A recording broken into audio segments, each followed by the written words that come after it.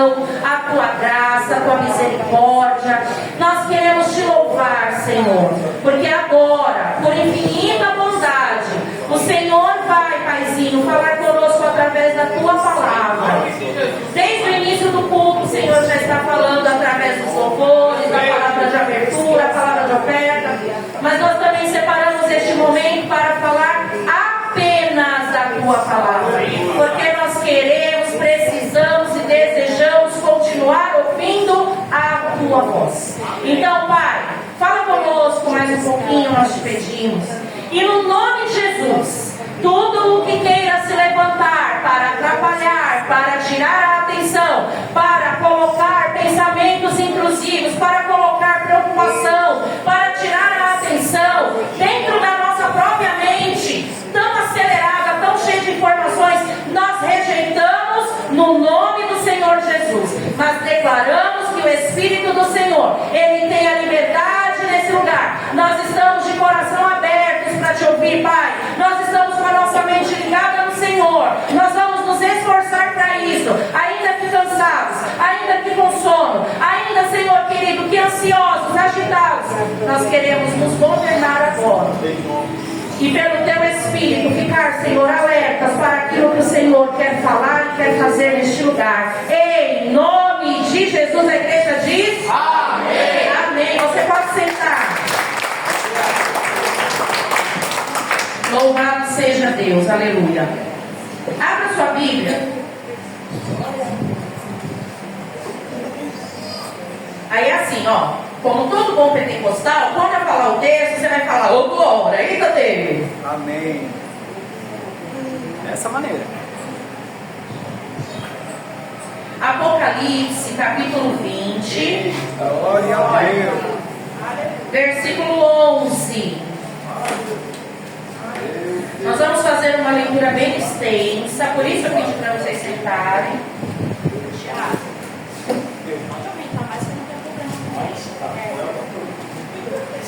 Eu seguro assim, ó. Você e a Thalita. Não tem problema não. Amados, Apocalipse 20, capítulo de número 11. Nós vamos fazer a leitura, preste bem atenção. Na minha Bíblia o título está O Juízo Final. E vi um grande trono branco, e o que estava assentado sobre ele, de cuja presença fugiu a terra e o céu, e não se achou lugar para eles. Eu vi os mortos, grandes e pequenos, que estavam diante de Deus. Abriram-se os livros, e abriu-se outro livro, que é o da vida. E os mortos foram julgados pelas coisas que estavam escritas nos livros, segundo as suas obras. E deu o mar os mortos que nele havia. A morte e o inferno deram os mortos que neles havia. E foram julgados, cada um segundo as suas obras. E a morte e o inferno foram lançados no lago de fogo.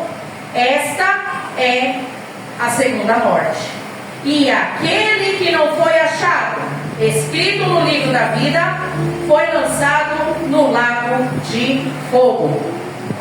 Até aqui, nós vamos ler mais.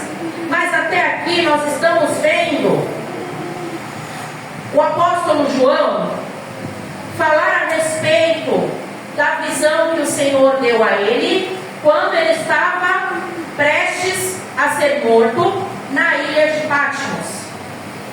Certo? Amém. Nós dizemos não, a Bíblia diz, né? É a revelação do que virá, e por isso tem o título de juízo final. Então é o fim. Depois que se passarem tantas outras coisas que nos capítulos anteriores está escrito que vão acontecer. Certo? Então, o juízo final, ou seja, não haverá mais chance de nada. É o fim. E aí você veja que está bem determinado aqui que vai ter um trono e vai ter um juiz. O juiz é aquele que determina o que está escrito como lei. Vocês sabem que quando nós votamos, quando nós vamos escolher um vereador, quando nós vamos escolher um deputado, quando nós vamos escolher um senador, quando nós escolhemos essas pessoas em época de eleição, elas ocupam lugares específicos dentro da política. Então, você tem 3 poderes no município, 3 poderes no governo dos estados, e 3 de cada estado, e 3 poderes que estão também no governo da nação. Então, você tem o executivo, o legislativo e o judiciário, certo? Dentro do município, quem faz a lei, quem faz projetos, quem senta e se reúne, ou deveria fazer, aquilo que vai favorecer a população, aquilo que vai fazer com que a população viva organizadamente e também tenha a sua responsabilidade dentro da cidade, do município, são os vereadores. Quando você fala a nível de estado, são deputados, mas você também tem aqueles que são os deputados federais a nível de nação. Então, quem são os poderes do executivo? Que você elege para prefeito na cidade, no estado é o governador e no país é o presidente da república. Esse é o poder executivo, ok?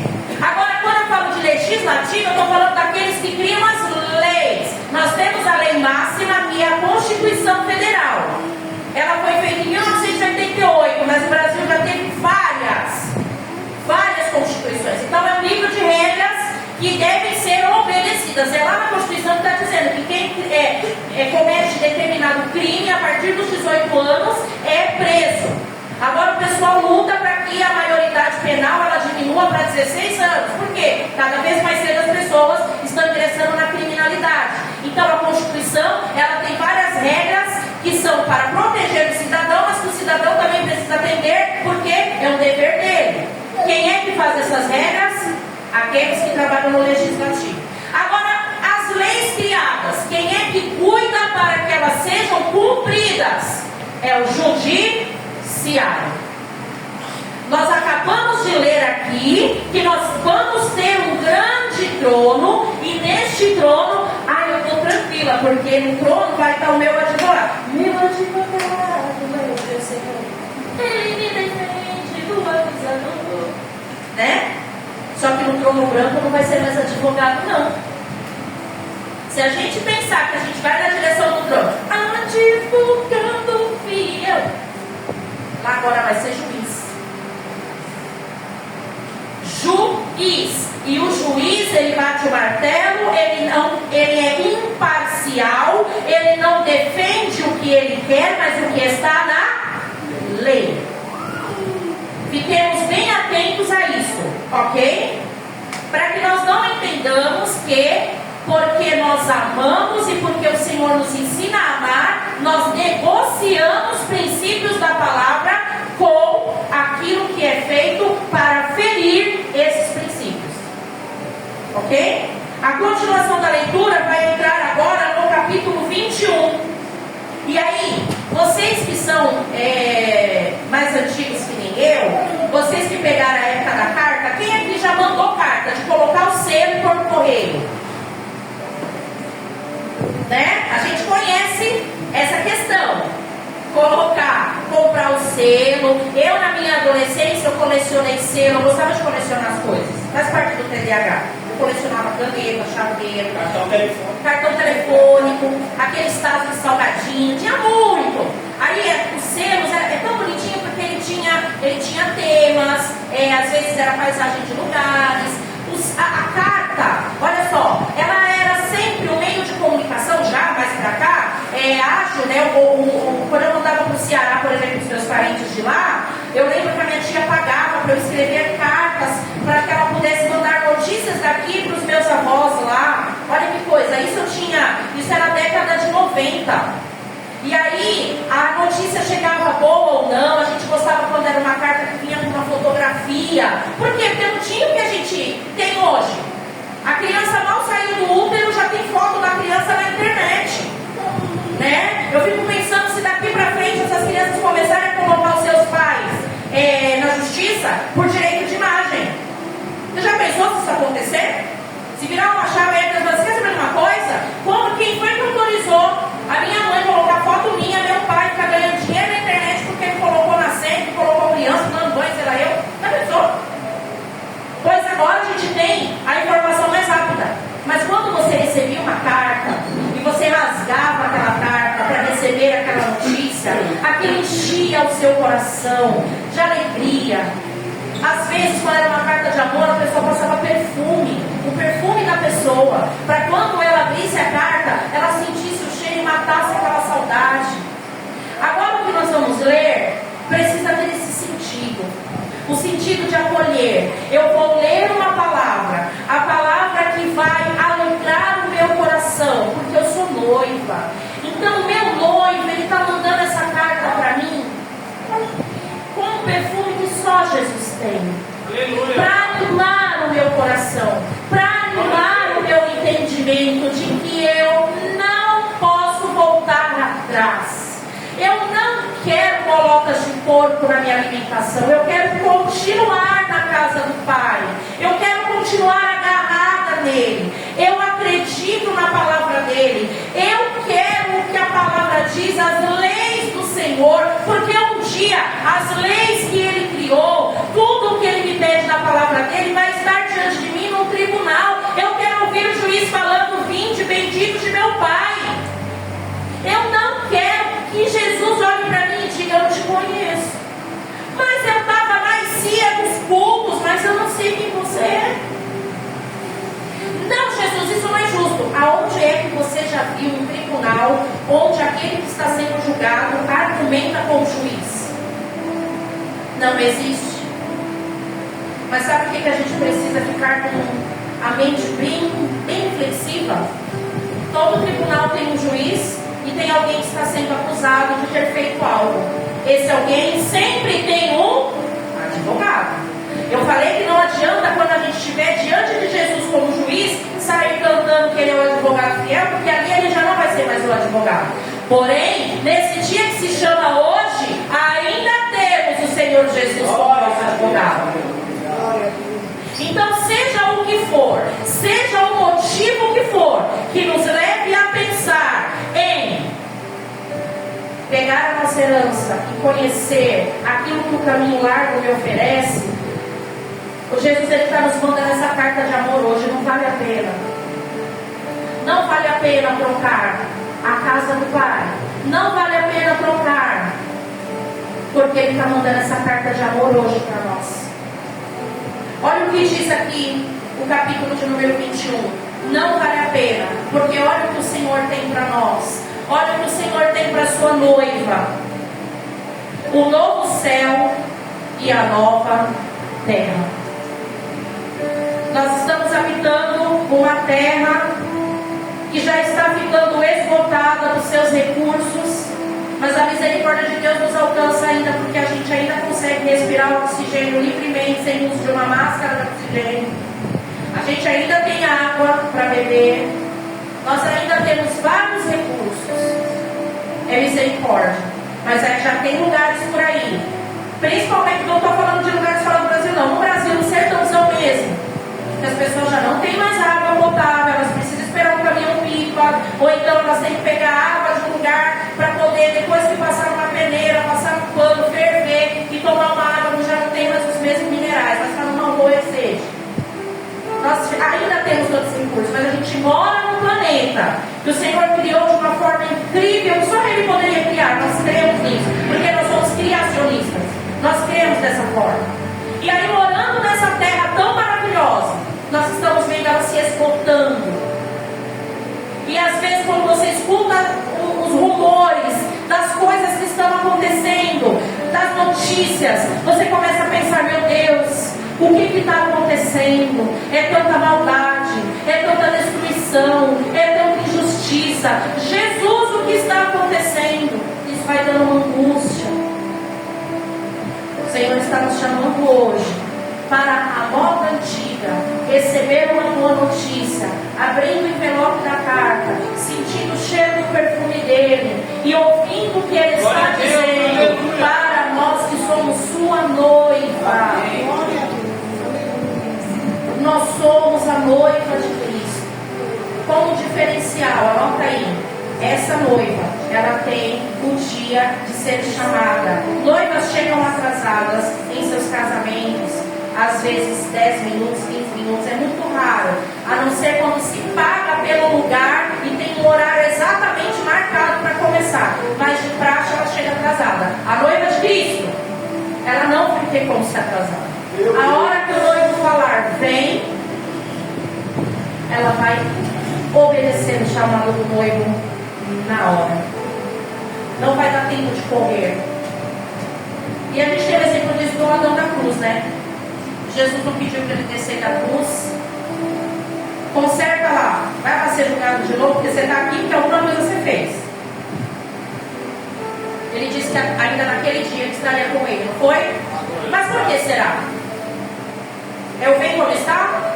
Vem como está. Mas fica como está? Não. Jesus, então, ele observou a intenção do coração daquele homem.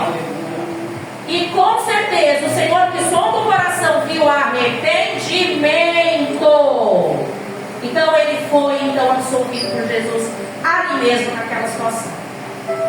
Certo? Aqui no capítulo 21 a leitura vai continuar dizendo assim: e vi, aí é João falando, tá? E vi um novo céu e uma nova terra, porque já o primeiro céu e a primeira terra passaram, e o mar já não existe. E eu, João, vi a santa cidade, a nova Jerusalém, que de Deus descia do céu, adereçada, ou seja, enfeitada, como uma esposa, ataviada, preparada para o seu marido. E ouvi uma grande voz do céu que dizia: eis aqui o tabernáculo de Deus com os homens, pois com eles habitará, e eles serão o seu povo, e o mesmo Deus estará com eles e será o seu Deus. E Deus limpará dos seus olhos toda a lágrima, e não haverá mais morte, nem pranto, nem clamor, nem dor, porque já as primeiras coisas são passadas. Abrir uma carta nessa manhã e receber esta boa notícia precisa alegrar o meu e o seu coração. Precisa fazer diferença. Ai, pastora, mas sabe o que é? Isso parece tão distante, porque eu estou vivendo na terra agora. Esse é o novo céu, ainda vai ser a nova terra quando Jesus vier buscar. Eu preciso entender que as coisas dessa terra são dessa terra que vai passar. Eu também não sou dessa terra, você também não é. Nós estamos como peregrinos e o que vivemos aqui é daqui. A minha esperança não pode ficar atrelada apenas à resolução dos meus problemas daqui. Eu preciso ter esse olhar voltado para essa realidade, que quando o Senhor cumprir essa palavra, não vai ter mais lágrima nos meus olhos. Toda dor que eu sinto e tenho que ficar tomando remédio não existirá mais. O tanto de coisas aqui são promessas que são para nós, mas nós ficamos com a nossa mente atordoada com o pranto dessa terra, com a dor dessa terra, com os problemas dessa terra. Mas eu preciso entender que eu não sou daqui. A gente não canta: eu não sou daqui, pra casa voltarei, ele vem me buscar e com ele eu irei. Eu preciso ter essa convicção. No momento em que isso se tornar algo que faz parte do meu dia a dia, algo em que eu tenho esperança, eu não vou ver os meus problemas da terra do mesmo tamanho que eu enxergo. Porque eu vou estar exatamente no centro da vontade de Deus quando eu me relaciono com Ele. Quando eu tenho com Ele relacionamento, quando eu tenho com Ele a primazia, Ele é o primeiro lugar na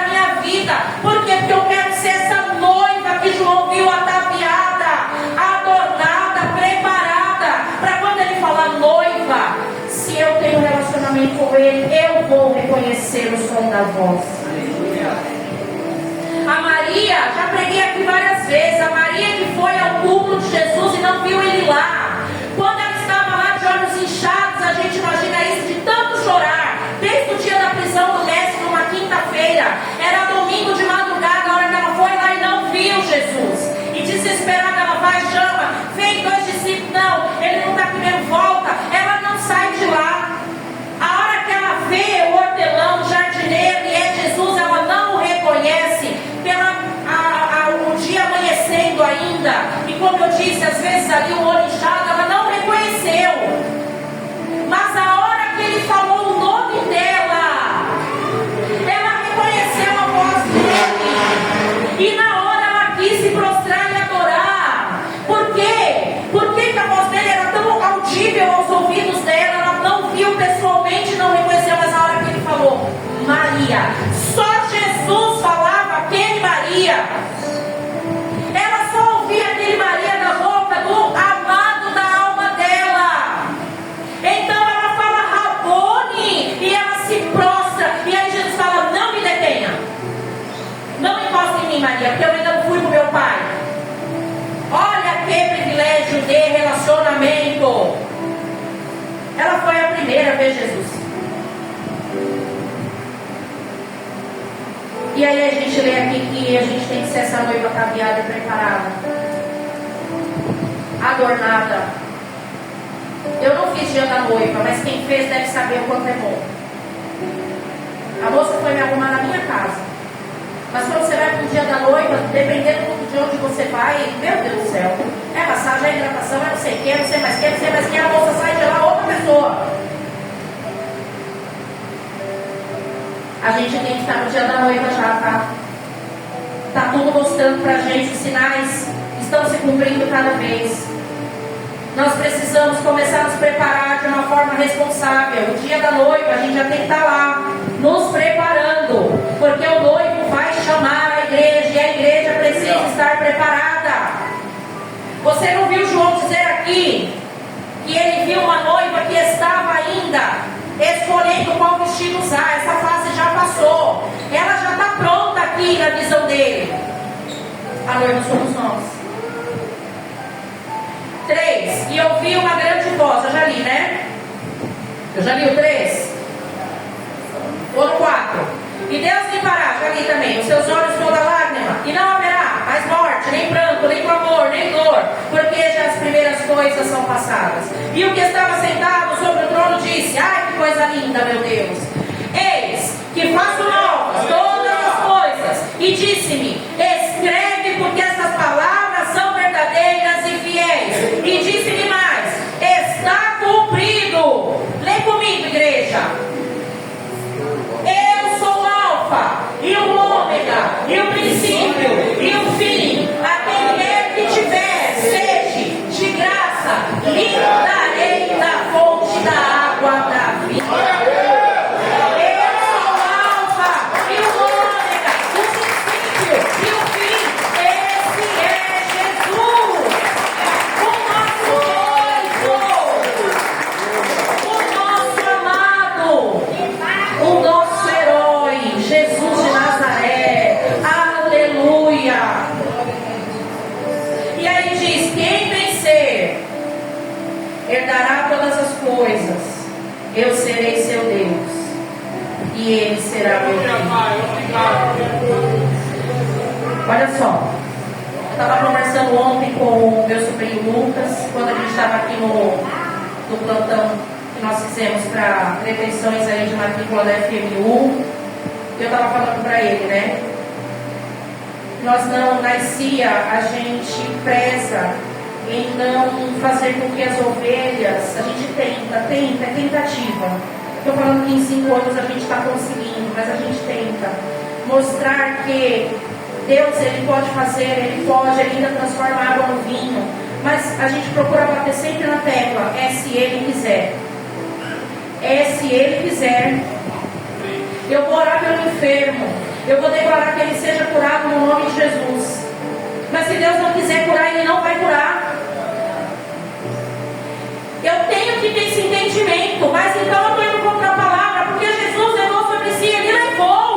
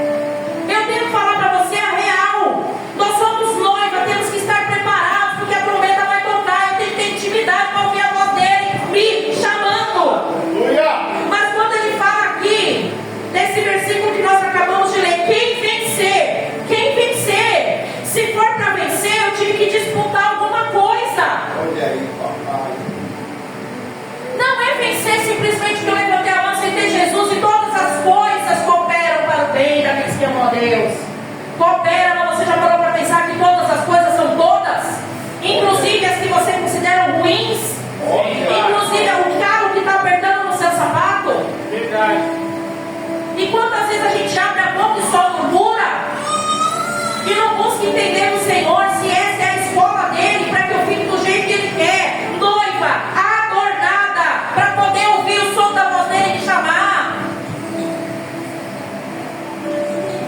O Senhor está falando conosco, porque Ele nos ama. Ele está nos chamando a atenção, porque Ele nos ama. Porque Ele quer que todo joelho vai se dobrar. Mas não significa que todos os joelhos que vão se dobrar diante da majestade do Senhor Jesus são aqueles que reconhecem que Ele é o noivo, que Ele é o juiz, que Ele é o alfa, o ômega, o princípio e o fim. E eu preciso ter esse entendimento. Jesus está me dando essa chance. Você está vendo nos Jogos Olímpicos as pessoas ganhando, mas elas são pessoas que estão ganhando porque elas fizeram por onde? É mérito delas. Mas você também vê gente que treinou muito e não conseguiu nada, nem se classificar. Tem aqueles que treinaram muito e nem do Brasil saíram para ir para lá, porque não conseguiram nem isso. Aí eu vejo as minhas dificuldades, eu vejo os intempéries da minha vida. E eu vou ficar dizendo, primeiro eu vou falar que é coisa do inimigo, não estou aqui defendendo ele, mas eu tenho que primeiramente ter um entendimento daquilo que é permissão de Deus, porque eu fiz, e eu tenho que colher a consequência. Se eu dei brecha, se eu dei legalidade, aí não tem como escapar de falar que é o inimigo. Mas enquanto Deus permite, porque é a escola de Jeová, eu tenho que passar por ela. Eu tenho que passar por ela, porque está escrito, ao que vencer. E para vencer eu tenho que ter embates. Para vencer eu tenho que ter a disputa. Para vencer eu só venço debaixo de dificuldade. Aquela moça que ganhou, aquela menina Rebeca, ela contando, coisa mais linda, ela contando que o Senhor fala para ela, falando, tem uma entrevista que ela falou, a minha mãe, é tão bom saber que a minha mãe está aqui, porque ela ficou orando por mim. Depois ela, numa outra entrevista, quando ela ganhou a prata ontem, ela falando e cantou um cântico a respeito da espera, a respeito do sonho. Que coisa linda! Mas só que para poder disputar a medalha, ela não ficou só nisso, ela teve que fazer a parte dela. Não adiantava ela se inscrever e ir para lá de qualquer jeito, simplesmente porque ela crê na palavra de Deus. Ah não, eu sou serva de Deus, eu vou pular aquele negócio ali, vou dar essa pirueta, vou cair, não vai ter. Como é o nome da outra? A moça que ganha tudo também? Não vai ter Simone que me atrapalhe. Já pensou se ela não tivesse treinado 4 anos? Vai ver qual é o ritmo de treino, quantas vezes ela quis comer um Big Mac e não pôde para manter a dieta dela. Vai ver o sacrifício e renúncia que essa menina teve que fazer para ser a estrutura que ela é e chegar onde ela chegou. E não vai acabar por aí, ela ainda tem idade para poder ir para outra Olimpíada. E nós queremos só porque a gente aceitou Jesus, porque a gente, eu sou noiva de Cristo, então tudo coopera. Ah não, eu não posso aceitar essa minha vida, eu não vou aceitar mesmo. Eu vou orar no nome de Jesus, mas eu preciso fazer a minha parte.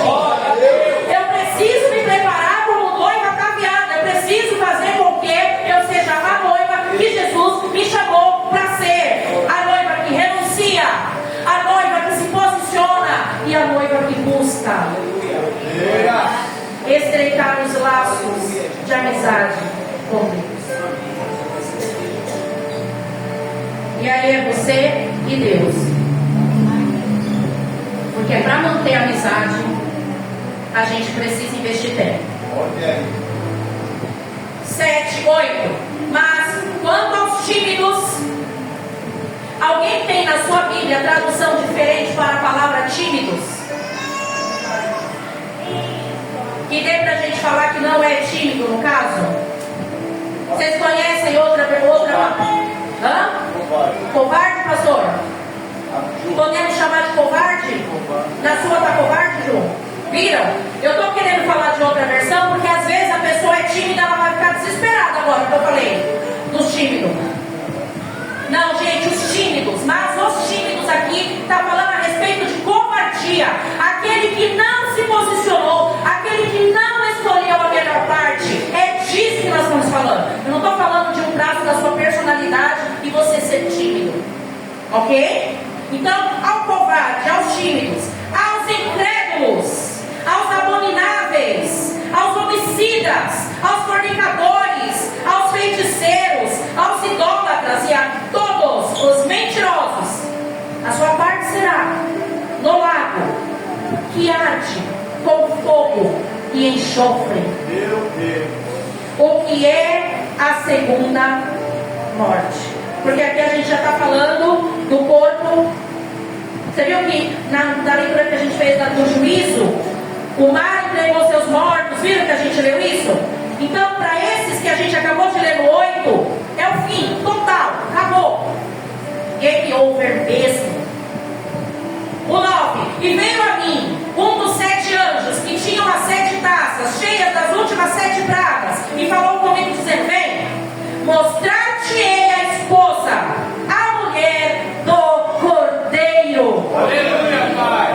O Cordeiro de Deus que tira o pecado do mundo. Cordeiro com letra maiúscula, o último a ser entregue para derramar o sangue, para remir o pecado, para fazer com que você e eu sejamos de criatura, nova criatura, filho de Deus. Aleluia. Glória a Deus. E aí diz assim: e tinha a glória de Deus, a sua luz era resplandecente. Gente, acompanha com temor essa leitura, olha só o que vai falar. E tinha a glória de Deus, a sua luz era semelhante a uma pedra preciosíssima, Olha aí. como a pedra de jaspe, como cristal resplandecente. E tinha um grande e alto muro, com 12 portas, e nas portas 12 anjos, e os nomes escritos sobre elas, que são os nomes das 12 tribos dos filhos de Israel. Do lado do nascente tinha 3 portas, do lado do norte 3 portas, do lado do sul 3 portas, do lado do poente 3 portas, e o muro da cidade tinha 12 fundamentos, e neles os nomes dos 12 apóstolos do Cordeiro.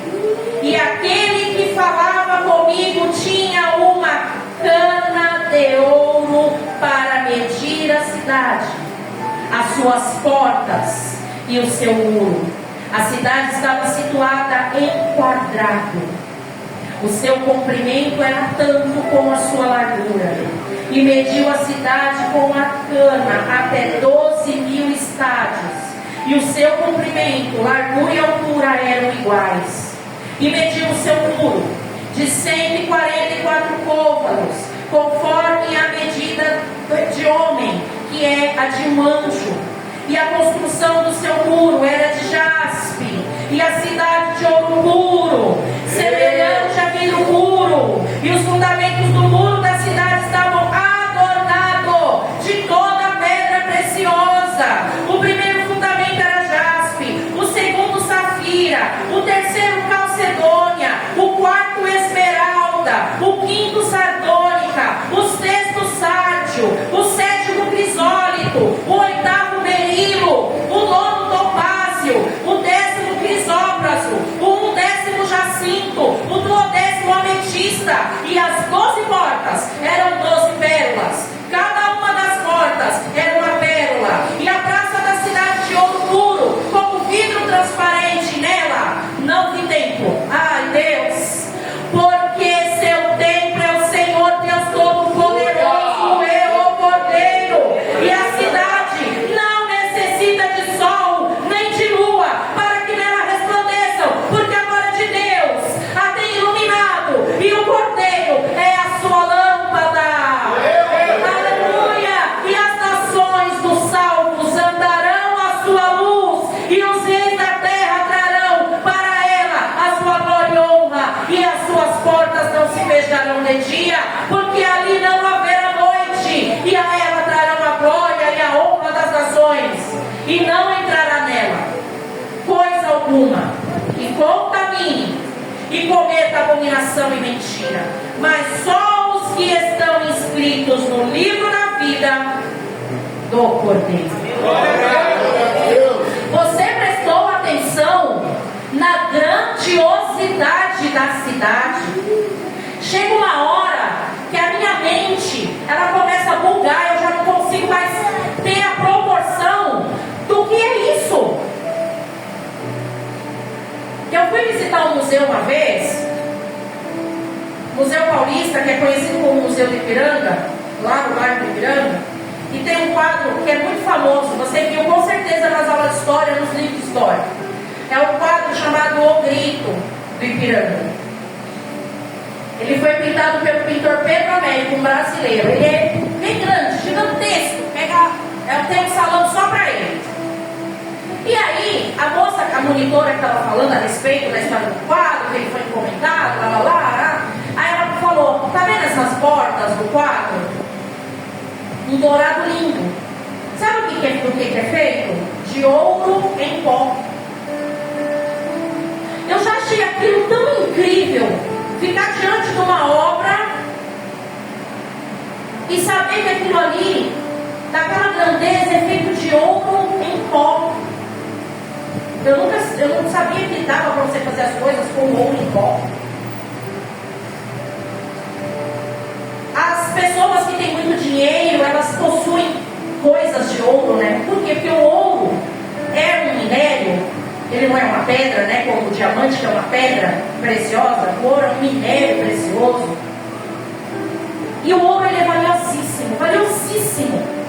Ele já está na constituição do planeta. Você não tem ouro se formando mais.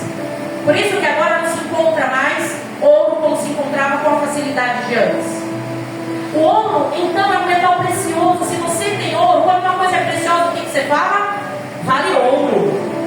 Juliana, você é uma menina de ouro. Vale ouro. É muito valiosa. Precioso. Vocês viram que onde nós vamos pisar é de ouro? Será que vale a pena a gente trocar a chance de pisar nesse chão de ouro, a chance de não ter a noite, as trevas da noite, o pranto? Eu não vou ter nada das coisas que eu conheço aqui, e eu não vou precisar nem do sol, porque a própria presença de Jesus, o sol da justiça, vai iluminar. Será que vale a pena eu adoecer com as causas dessa terra? Será que vale a pena eu dar vazão para a minha própria carne com negócios dessa terra?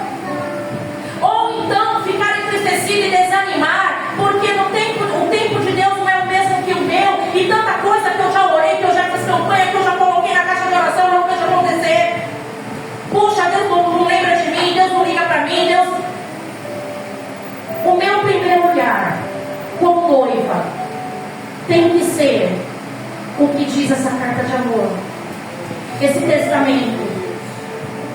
A gente está ouvindo o tempo todo falar a respeito da volta de Jesus, mas o quanto é que nós estamos nos preparando para isso?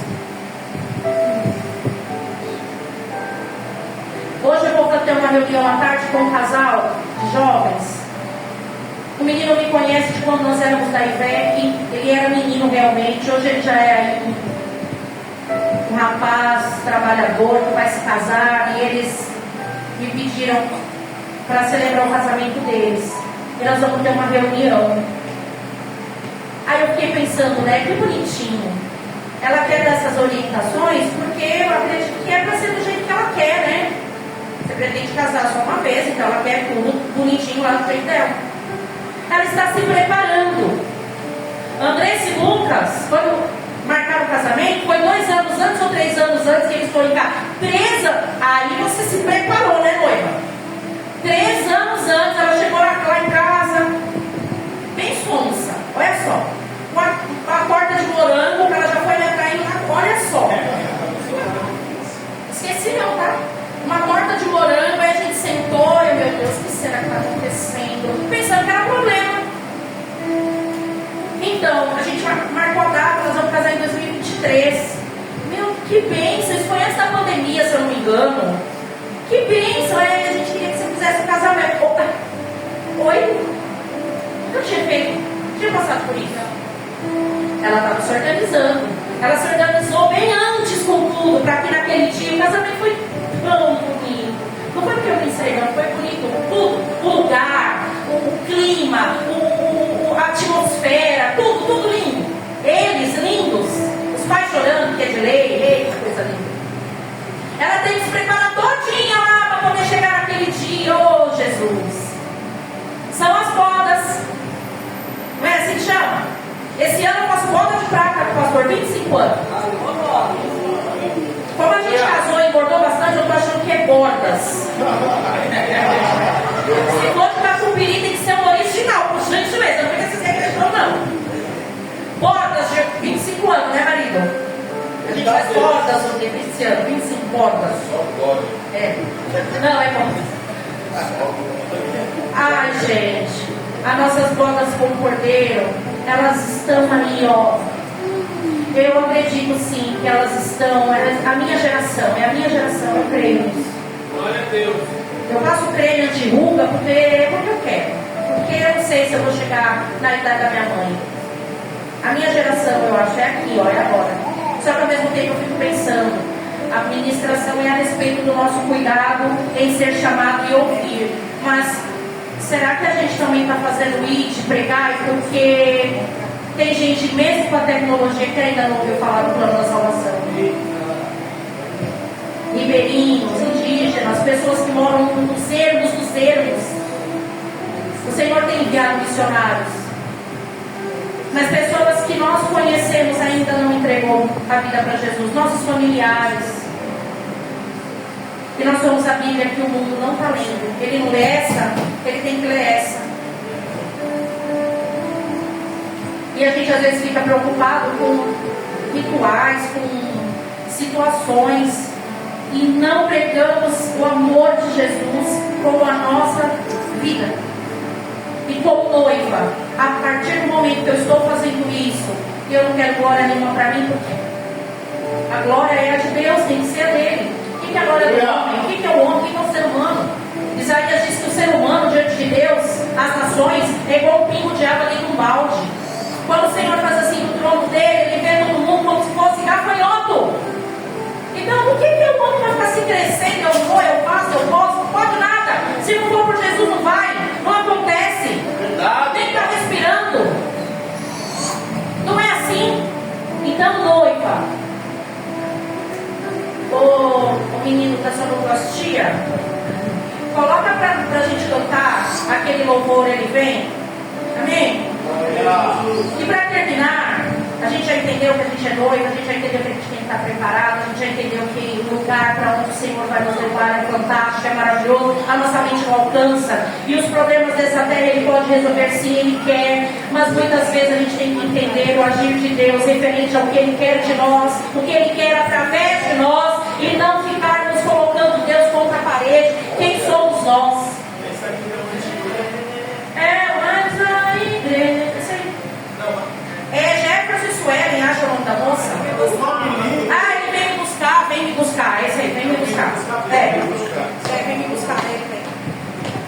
Então nós vamos louvar. Nós vamos louvar com alegria. Nós vamos louvar pedindo ao Espírito Santo. Sabe, Espírito Santo? Eu reconheço que eu sou noiva. Eu reconheço o Senhor como o Senhor Salvador da minha vida. Eu te quero cada dia mais, mas eu não estou conseguindo, o Senhor sabe a área. Eu não estou conseguindo ainda ser posicionada exatamente. Eu não estou conseguindo ainda ter tempo de qualidade com o Senhor. Eu não estou conseguindo ainda ser a Bíblia que o mundo não lê. Eu não estou conseguindo. Mas Espírito Santo, quando eu estou cantando esse louvor, e quando eu estou sentindo aqui tua presença me envolvendo, me liberta de mim mesmo, me fortalece, porque eu preciso do Senhor. Fica comigo. Sem o Senhor eu não posso. Sem o Senhor não dá para seguir. Para onde eu irei? Fica de pé, em nome de Jesus. Faz assim, ó, com a sua mão, como se você estivesse agarrando uma alça. Espera um pouquinho, Gabriel. Como se você estivesse agarrando uma alça. Sabe o que tem aí na sua mão? Uma lamparina. Quando a Bíblia fala de lamparina lá na passagem de Mateus capítulo 25,